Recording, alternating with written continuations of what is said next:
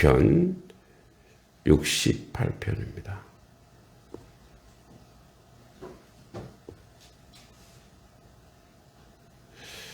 오늘은 1절로 6절까지입니다. 1절로 6절, 시편 68편 1절로 6절. 기도하겠습니다. 하나님이 일어나시니 원수들은 흩어지며 주를 미워하는 자들은 주 앞에서 도망하리이다. 영리가 불러 가득히 그들을 내몰아소서. 주 앞에서 미리 녹음같이 악인이 하나님 앞에 망하게 하소서. 의인은 기뻐하여 하나님 앞에서 뛰놀며 기뻐하고 즐거워할지어다. 하나님께 노래하며 그의 이름을 찬양하라. 하늘을 타고 광야에 행사하시던 이를 위하여 대로를 수축하라. 그의 이름은 여호와시니 그의 앞서서 뛰놀지어다. 그의 거룩한 처소에 계신 하나님은 고아의 아버지시며 과부의 재판장이시라. 하나님이 고독한 자들은 가족과 함께 살게 하시며 갇힌 자들은 이끌어내사 형통하게 하시느니라. 오직 거역하는 자들의 거처는 메마른 땅이로다. 아멘. 네. 오늘 말씀의 제목은 승리는 기도로부터라고 말씀을 정했습니다. 오늘 이제 68편 시작하는 날인데요. 좀 개가를 해보면 표제에 다윗의 시 인도자를 따라 부르는 노래라고 되어 있습니다. 다윗이 하나님을 향해 고백한 시가 노래로 만들어지고 그것이 인도자, 즉 성가대 지휘자에 따라 불렀다는 것은 이스라엘 백성들의 공통의 고백이 되었다라는 의미죠. 하지만 오늘 시편에 기록될 배경에 대해서 아무런 언급이 없습니다. 그러나 하나님은 하나님의 은혜로 말미암아 전쟁에서 이길 수 있었음과 승리를 확신하며 드리는 찬양으로 보아서 아마도 사무엘하 10장에 나오는 암몬과 아람 연합군과의 전쟁을 배경으로 하고 있는 것으로 추측됩니다. 다윗 왕은 암몬 왕 나하스가 죽었을 때 조문단을 보냅니다. 나하스 왕이 다윗에게 은혜를 베풀었기에 성경에는 나오지는 않습니다만 다윗은 그의 죽음에 조문단을 보내는 것이 마땅하다고 생각했습니다. 하지만 나하스의 아들 상주대죠. 한운 왕과 암몬의 관리들은 그 조문단을 의심의 눈으로 보았습니다. 그러니까 일명 오해를 한 것이고, 그러니까 선의를 악으로 갚은 거죠. 그래서 조문이 아니라 정탐꾼이라고 여겼습니다. 그래서 한운 왕은 이 조문 온 다윗의 신하들을 아주 수치를 줍니다. 그래서 그들의 이제 우리도 옛날에 그랬지만 신체 발부 수지 부모, 그러니까 옛날에 수염을 안 깎았죠.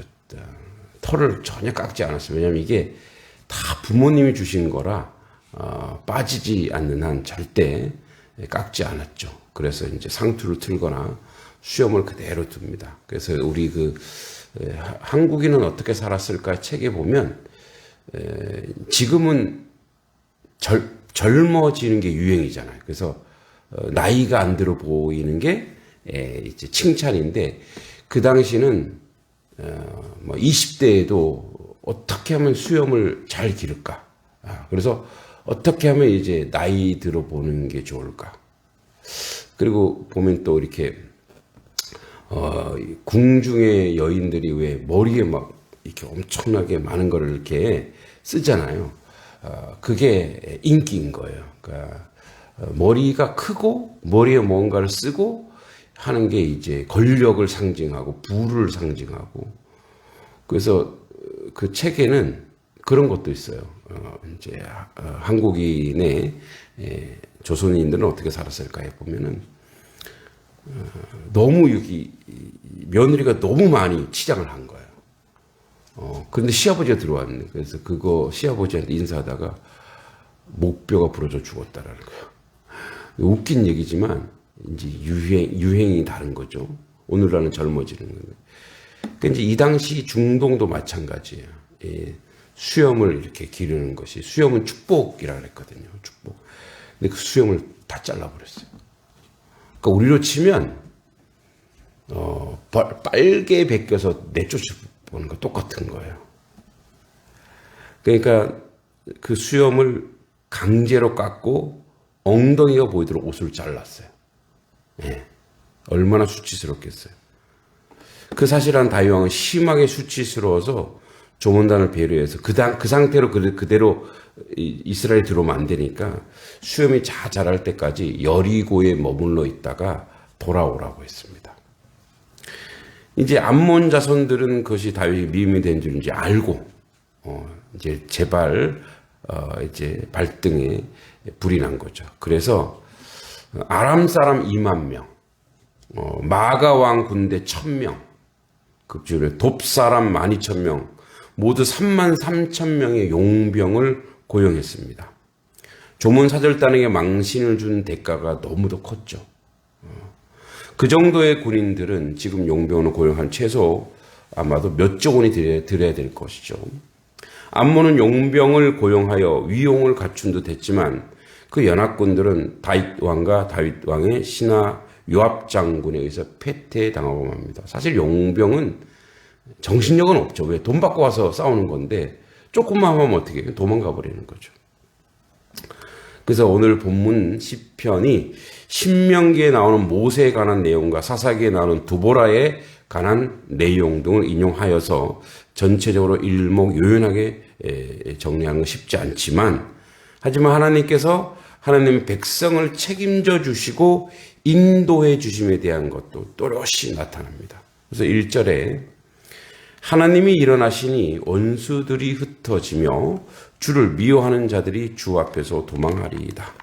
다윗은 하나님이 일어나시니 라는 말로 시작합니다. 이것은 단지 하나님께서 일어나셨다는 의미가 아니고 어떤 이제 이런 거죠. 어떤 형제가 있는데 초등학생 동생이 동네에 사는 또래의 아이들과 시비가 붙었어요.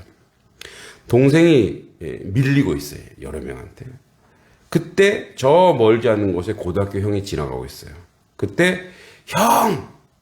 나 여기 있어! 이 부르는 거 똑같은 거예요. 그러니까 하나님은 전능하신 분이기 때문에 일어서고 앉고 이런 건 없지만 하나님께서 도와주셨다는 의미라는 거예요. 하나님이 일어섰다라고 하는 것은 하나님이 도와주셨다라는 거예요. 그래서 원수들이 흩어지고 이제 나를 미워하는 자들이죠. 주를 미워하는 자들이라고 합니다. 즉 하나님이 내 편이면, 그러니까 나의 형이면 이 형과 이들과 아무런 관계가 없어도 이들은 동시에 원수가 되는 거예요. 그러니까 내가 하나님의 자녀이고 또 그것을 고백하고 하나님의 뜻대로 사는 하나님의 백성이라면 이 싸움은 하나님의 싸움이 되는 거예요. 우리의 삶에서 우리가 잘못을 저질 수도 있어요. 그죠? 우리가 무능할 수도 있고 우리가 부패할 수도 있어요. 그러나 우리가 하나님의 백성이고 하나님의 자녀여서 내 잘못을 합니다. 하나님 나를 용서해 주십시오. 그러나 지금은 내가 너무나 어렵고 힘듭니다. 하나님 지금은 내 편이 되어주셔서 저들을 물리쳐 주십시오 라고 이야기할 수 있거든요. 그래서 기도라고 하는 것은 그래요. 기도라고 하는 것은 나의 환경과 나의 상황과 나의 모든 것을 하나님의 문제로 바꾸는 거예요. 그러니까 이게 내 문제가 되면은 이걸 내가 해결해야 되거든요. 이게 나의 어려움이 되면 이 부분을 내가 어떻게든 이겨내고 해결해야 되는 그런 상황 속에 있는 거잖아요. 근데 우리 인생은 그걸 해결할 능력이 없어요. 힘도 없고. 그래서 인생은 전적 무능, 전적 타락. 전적으로 부패해 있어요. 근데 그걸 인정하는 거죠, 하나님 앞에. 그걸 인정하고 하나님 앞에 갈 때 하나님이 일어나셔서 이제 나에게 원수가 되었던 것이 하나님께 원수가 되어버린 거예요. 그게 믿음이에요. 그래서 그 믿음의 결과는 뭐냐 이거예요. 나의 문제와 내가 해결할 수 없는 것을 내가 하나님의 자녀이니, 그러니까 나의 형이 저기 가고 있어요. 초등학교 동생이 뭐 내가 잘못해서 싸우든 어떻게 싸우든 우선 당장은 뭐예요? 내 편이 되어서 싸워 승리하는 거죠. 그 초등학생이 고등학생과 싸우겠어요? 다 도망가 버리지. 주를 미워하는 자들은 주 앞에서 도망하리이다. 그 표현합니다. 연기가 불려가듯이 그들을 몰아내소서. 불 앞에서 미리 녹음같이 악인이 하나님 앞에서 망하게 하소서. 네. 원수들은 연기 같고 양초 같다고 합니다. 우리 어린 시절에 불을 피울 때 기억해 보면 초반에는 연기가 많이 납니다. 그러다 연기가 눈으로 들어가면 눈물이 찔끔 나기도 하죠. 아무리 매운 연기가 자극해도 바람이 불고 나면 흔적 없이 사라집니다. 또 불이 활활 타오르고 있을 때 그 속에 양초를 던지면 양초는 아무리 큰 것이라도 그냥 다 녹아버립니다. 누구든지 하나님 반대편에 서 있을 때 하나님 훅 하고 바람만 한번 불어주시면 사라지고 맙니다. 하지만 하나님께서는 기다려 주시는 분입니다. 그래서 우리는 오늘도 전적으로 하나님의 자녀가 되어야 되고 하나님의 편이 되어야 됩니다. 그리고 우리가 기도하는 우리의 자녀를 위해서 기도하든 남편, 아내를 위해서 기도하든 우리의 기도의 대상이 하나님, 저들이 하나님 편이 되게 해 주시옵소서. 그렇게 기도해야 될 줄 믿습니다. 링컨 대통령이 남북전쟁 때 그랬어요. 이 전쟁이 이기겠습니까? 지겠습니까? 많은 기자들이 얘기합니다. 그래서 이 전쟁은 전쟁의 주권자는 하나님이십니다. 우리는 하나님 편이 되면 됩니다. 그러면 하나님은 반드시 지신 적이 없기 때문에 하나님은 승리하십니다. 전쟁은 우리가 하나님 편이 되면 이깁니다. 그렇게 얘기했습니다. 우리는 우리가 기도하는 우리 모든 공동체가 가족 공동체든 교회 공동체든 모두가 하나님 편이 되어야 될 줄 믿습니다. 3절과 4절 의인이 기뻐하며 하나님 앞에 뛰놀며 기뻐하고 즐거워할지어다. 하나님께 노래하며 그의 이름을 찬양하라. 하늘을 타고 광야에 행하시던 이를 위해 대로를 수축하라. 그의 이름은 여호와이시니 그 앞에서 뛰놀지라. 의인은 그러니까 하나님과의 관계를 맺은 사람은, 바른 관계를 맺은 사람은 하나님을 기뻐하며 하나님의 기쁨이 되는 사람입니다. 그리고 하나님과 함께 하는 것을 기뻐합니다. 하나님 앞에서는 하나님의 얼굴을 보며 사는 사람입니다. 악인은 하나님의 얼굴을 보면 연기처럼 사라질 것입니다. 의인은 하나님의 얼굴을 보며 뛰어놉니다. 그래서 의인은, 하나님의 자녀는 하나님을 보기를 즐거워하고 하나님을 찬양하는 것을 즐거워하고 하나님을 기뻐하는 것을 즐거워합니다. 또 하나, 우리가 기도하면서 우리의 이제 외적인 거는 이제 하나님이 책임져 주실 거예요. 그걸 믿죠. 모든 걸 하나님은 다 책임집니다. 그런 내적인 게 뭐냐? 하나님을 바라보는 거예요. 우리는 자꾸 뭐가 보여요? 문제가 보여요. 그죠? 근데 믿음의 눈을 가지고 있으면 이제 하나님만 보는 거예요. 그때 확신이 생겨요. 그때 평안이 와요. 그때 은혜가 넘쳐요. 그래서 너는 여호와의 얼굴을 구하라. 할렐루야. 여호와의 얼굴을 구하여 그가 우리를 비추실 때 하나님의 영광의 그 영화로움이 우리 가운데 가득하고 우리에게 샬롬이 이루어지고 우리에게 은혜가 넘칠 것이고 이미 아무것도 변한 건 없어요. 근데 이미 우리는 승리한 줄 믿습니다. 이제 우리 안에 5절에 그의 거룩한 처소에 계신 하나님은 고아의 아버지시며 가부의 재판장이시라. 당시 고아와 가부는 이방인과 더불어 사회적으로 가장 약한 사람들이었어요. 고아에게 가장 필요한 사람은 부모입니다. 하나님께서 고아의 아버지라고 합니다. 또한 당시에 가부장제 사회란 남편이 아내의 보호자였습니다. 하지만 가부는 자신을 보호해줄 남편이 없었기에 하나님께서 크고 작은 일의 판결자, 변호인이 되어주셔서 억울함을 해결해 주십니다. 예, 우리는 그 누구보다도 지금 약한 존재입니다. 어쩌면 고아 같고, 어쩌면 가부 같고, 어쩌면 아무것도 세상으로 의지할 데 없는 그런 존재입니다. 근데 누가 고아와 가부의 아버지는 누구냐? 하나님이시라는 거예요. 우리가 가장 연약한 이 모습 이대로 정직하게 하나님 앞에 나아갈 때 하나님이 우리를 고쳐주실 것입니다. 6절에 하나님이 고독한 자들을 가족과 함께 살게 하시며 갇힌 자들을 이끌어내사 형통하게 하시느니라. 오직 거역하는 자들은 거치는 메마른 땅이로다. 이 고독도 사실은 부모 없는 어린 자식, 늙은이에 해당하는데 대가족으로 살던 시대에 부모가 없고 자식이 없는 건 정말 큰 외로움이죠. 하나님께서 고독한 사람, 외로운 사람이 준 최고의 처방전은 가족과 함께 사는 것입니다. 그런 의미에서 가정의 중요성은 아무리 강조해도 지나침이 없고 가정과 가족의 회복은 정말 간절한 소원입니다. 오늘날 1인 가구가 너무 많죠. 여러분 그게 사실은 1인 가구가 있다라고 하는 것은 산업사회, 자본주의 사회에 온통 많은 질병의 근원이 이 고독한 1인 가구래요.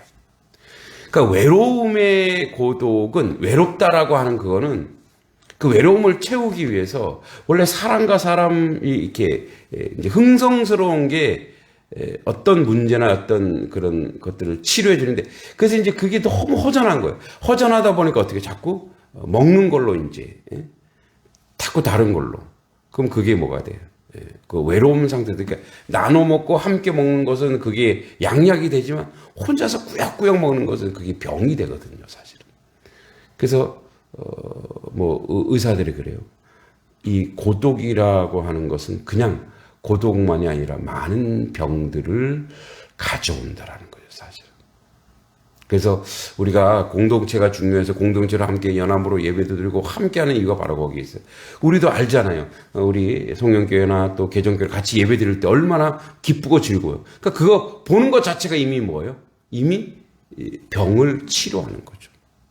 근데 하나님께서 그렇게 가족들을 만들어 주신다라는 거예요. 그래서 하나님의 은혜와 하나님의 은총과 내 서 있는 거예요. 여러분 왜 교회를 가족이라고 하고 공동체라고 하냐면 혈연은 아니나 영적으로 믿음의 공동체로 세워주신 가족이 있기 때문에 그렇습니다. 그래서 이 교회 안에서 하나님 안에서 있을 때 온통 치료가 됩니다. 우리가 기도해야 될 제목들이 많이 있죠. 네. 하나님 우리 자녀들이 외로움 속에 살지 않고 함께 살기로 합니다. 여러분 함께 살 때 함께 할 때 저도 우리 큰아들이 9월 달부터 여기 와서 살겠다고 그래서 참 기다리고 있어요. 기쁘더라고요. 사실 혼자서 그렇게 제가 가보니까 이렇게 또 싼 데 얻는다고 빛도 들어오지 않는 지하에 이렇게 있는 걸 보고 속상하고 이 애비가 조금 더 능력이 있었으면 뭐 이런 생각도 들기도 해요. 그러나 그보다 더 화려한 궁궐이어도 혼자 사는 건 아무 의미가 없습니다. 함께 하기를 원하고 함께 살기를 원하고 함께 기도하기를 원하고 함께 믿음의 공동체로 나아가길 원합니다. 우리가 또 이렇게 함께 기도하여 하나님의 역사를 세우고 만드는 그런 하나님이 귀한 자녀가 되기를 간절히 소원하고 기도합니다. 기도하겠습니다.